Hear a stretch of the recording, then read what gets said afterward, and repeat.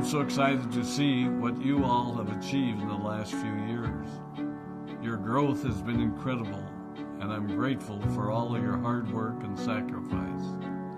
A lot of that growth has been brought about by new people coming into the business to take advantage of our generous marketing plan and effective product line.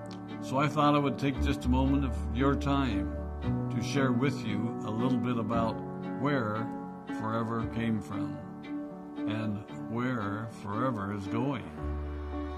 I've heard people describe this as our culture, but I think it's simply who we are. Several decades ago, I was an executive for a real estate development company called Del Webb. And at that time, there was a lot of excitement about a new business concept. And like many of my colleagues and friends, I went along to a business opportunity meeting and listened to a presentation about multi-level marketing. I immediately fell in love with the concept that people would be motivated to help each other and be able to make a living doing so. It's a beautiful thing when you think about it. Although I was enjoying my career, I didn't think that I was contributing as much as I wanted, or as much as I could, to improve the well-being of the people around me. Inspired by the concept of people helping one another, I set out to write a marketing plan that is almost identical to the one that we use today.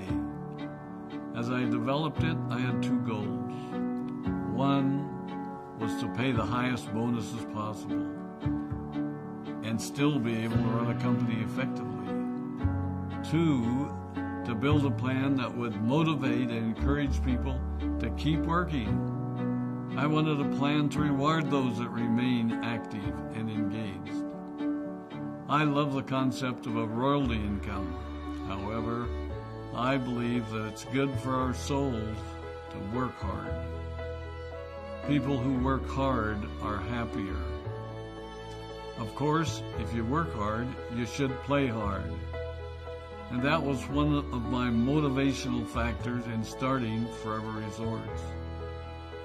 It was to give people the opportunity to spend time with their loved ones and experience the wonder of nature.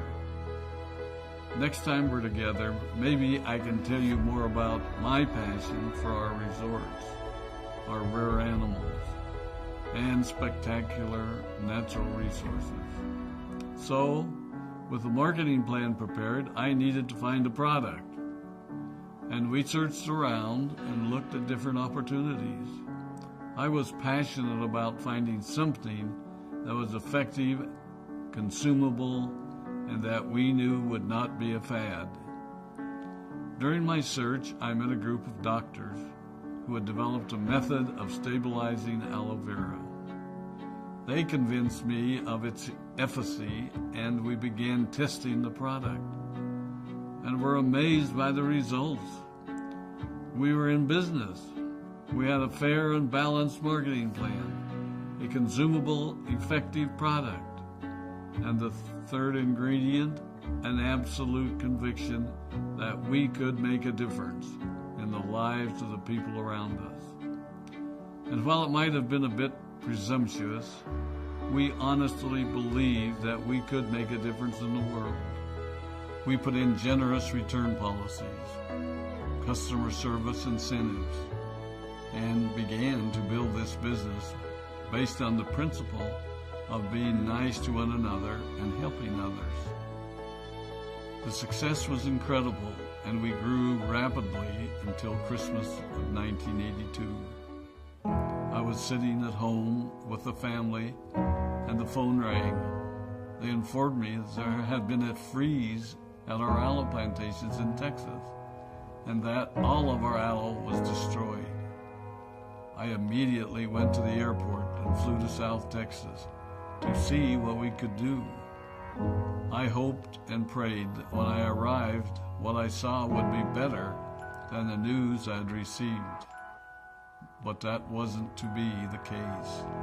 We had no aloe, and the business immediately began to suffer. There were some FBOs that left, but more importantly, there were those that stayed. It was a tough time for us. We put everything on the line to stay in business, and there were many sleepless nights. But we were convinced that what we were doing was right. We decided that this would never happen to us again.